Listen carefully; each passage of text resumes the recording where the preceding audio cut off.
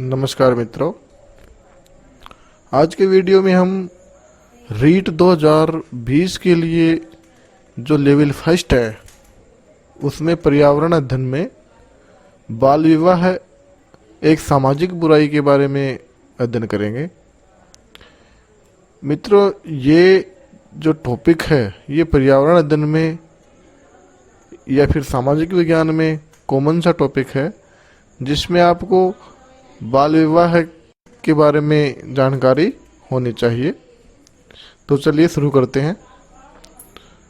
सबसे पहले बाल विवाह होता क्या है कि जो छोटी उम्र में शादी करते हैं वो एक कानूनी रूप से बुराई घोषित कर दी गई है और इसी को हम बाल विवाह कहते हैं। तो बाल विवाह केवल भारत में ही नहीं, संपूर्ण विश्व में होते आए हैं। सारी जगह बाल विवाह होते हैं, लेकिन जो भारत है इस मामले में इसका दूसरा स्थान है। उसके बाद में भारत में विश्व के 40% बाल विवाह होते हैं। तो ये आंकड़े आपको याद रखने लायक है। सबसे पहला तो भारत का बाल विवाह के मामले में दूसरा स्थान है विश्व में, और दूसरा 40% जो बाल विवाह है वो भारत में होते हैं। उसके बाद में भारत में चर्चा करेंगे तो 49% लड़कियों का विवाह है 18 साल की जो आयु है उससे पहले ही हो जाता है। अब देख लीजिए, ये आंकड़ा लगभग 50% के आसपास है। तो आधी लड़कियों का विवाह तो 18 वर्ष के पहले ही हो जाता है। अपने भारत में जो केरल राज्य है उसका सबसे ज़्यादा इसमें योगदान है, जो कि सबसे ज़्यादा साक्षरता वाला राज्य है। उसके बाद में बाल विवाह के दुष्परिणाम, क्या नतीजा होता है बाल विवाह करने का। तो इसमें सीधा सीधा अपन याद रखेंगे कि घातक शिशु व माता मृत्यु दर। छोटी उम्र में शादी करने का परिणाम माता को खतरा, शिशु को खतरा। शारीरिक और मानसिक रूप से जो विकास है वो भी अपूर्ण रहता है। उसके बाद में जो जिम्मेदारियां होती है उनका भी वो सही तरीके से निर्वहन नहीं कर पाते। और HIV जैसे जो यौन रोग हैं उनका भी होने का खतरा रहता है। तो ये है बाल विवाह के दुष्परिणाम, देख लीजिएगा एक बार। उसके बाद में क्या कारण है कि बाल विवाह होते हैं।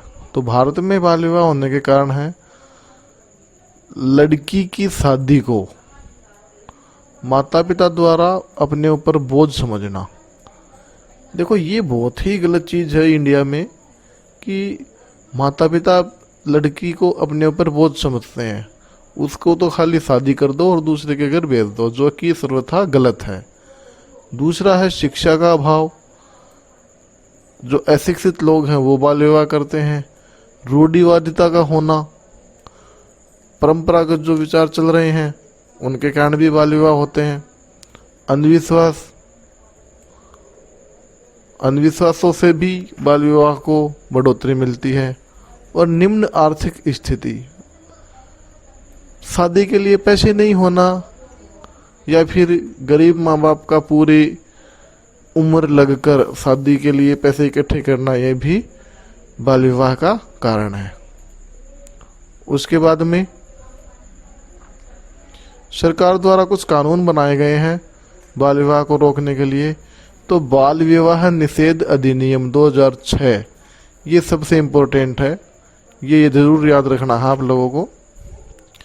तो ये अधिनियम बाल विवाह को आंशिक रूप से सीमित करने के लिए लगाया गया। इस कानून के अंतर्गत बच्चे अपनी इच्छा से वयस्क होने के 2 साल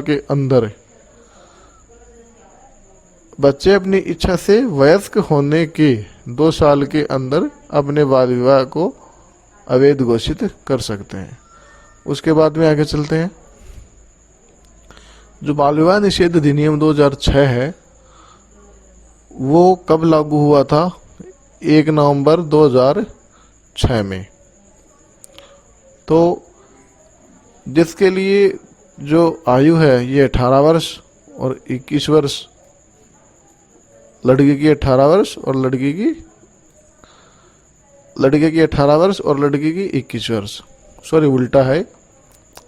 उसके बाद में सर्वोच्च न्यायालय में मोहन एम शांतानागोदर की अध्यक्षता वाली एक पीठ ने बाल विवाह प्रतिषेध अधिनियम 2006 की धारा 9 की पुनर्व्याख्या करते हुए कहा कि बाल विवाह प्रतिनिषेध अधिनियम के तहत 18 से 21 वर्ष की आयु के पुरुष को वयस्क महिला से विवाह करने के लिए दंडित नहीं किया जा सकता। तो देखिए ये जो अधिनियम है वो धारा 9 की पुनर्व्याख्या की गई इसमें, जिसमें 18 और 21 वर्ष के यदि शादी करते हैं तो उनको दंडित नहीं किया जाएगा। उसके बाद में बाल विवाह प्रतिनिषेध अधिनियम 2006 की धारा 9 के अनुसार यदि 18 साल से अधिक आयु का वयस्क पुरुष बाल विवाह कर रहा है तो उसको कठोर कारावास, 2 साल की उसको सजा हो सकती है और 1 लाख रुपए तक का जुर्माना उसको हो सकता है। ये दंड है इसके लिए, बाल विवाह के लिए। तो ये था बाल विवाह के बारे में कुछ जानकारी। इसके अगली वीडियो में हम देखेंगे जो सामाजिक कुप्रथाएं हैं उनके बारे में जानकारी। तब तक के लिए गुड बाय।